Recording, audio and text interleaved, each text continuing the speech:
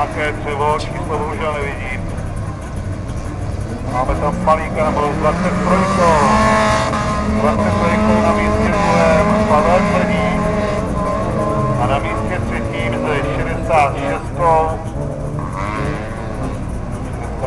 66. Aleš Nerad.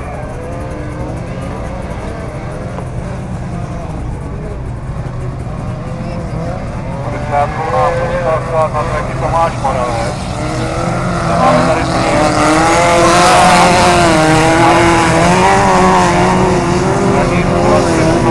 Pavel Tvrdík a 66. A Aleš Nerad.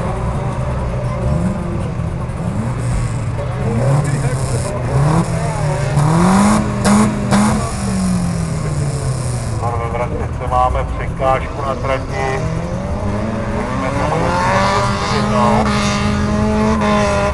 Třeba ten trati odstranit. Tak je vidět, Hasič je připraven, aby mu pomohl. Takže na prvním místě stále Marek Racing.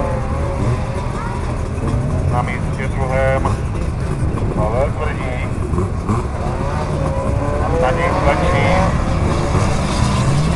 Aleš Nerad.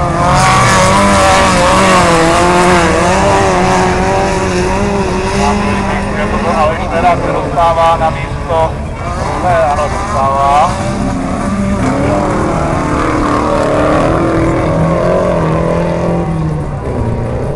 Další souboj opozice, 49 a 22.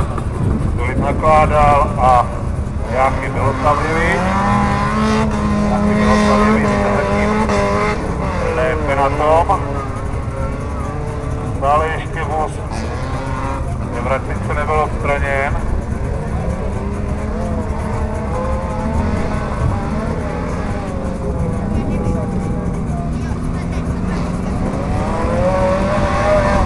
Vypadá to, že ani nebude.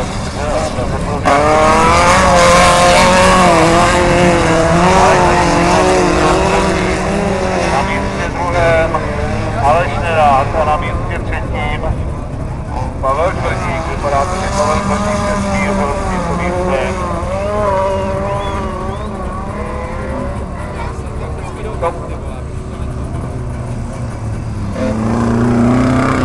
A pátek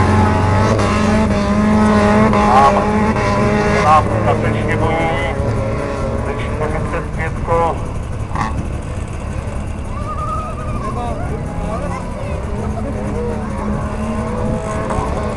Nakládal a Jáchy Milosavljevič. Dalšího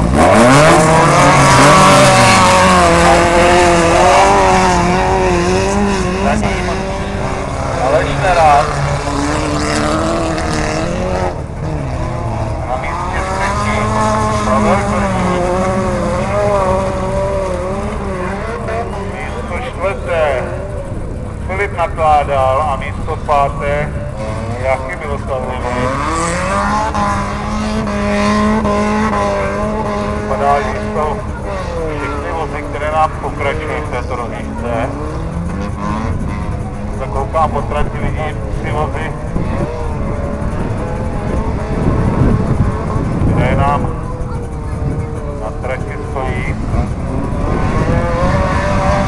Takže šachovnicový prapor.